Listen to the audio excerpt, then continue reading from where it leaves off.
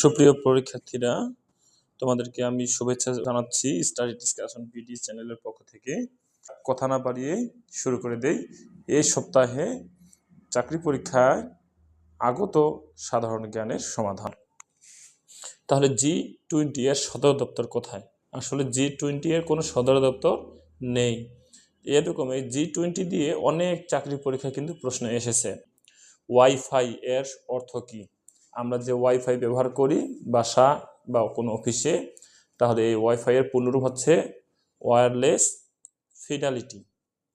Wireless ফিডালিটি, তাহলে wifi এর পূর্ণরূপ ওয়্যারলেস ফিডালিটি।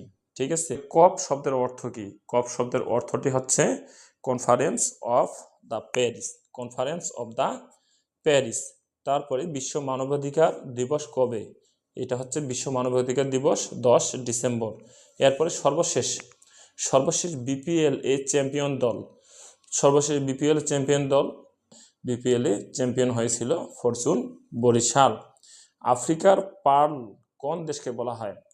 আফ্রিকার পার্ল বলে একটি দেশকে বোঝানো হয়, যার নাম আমরা উগান্ডা।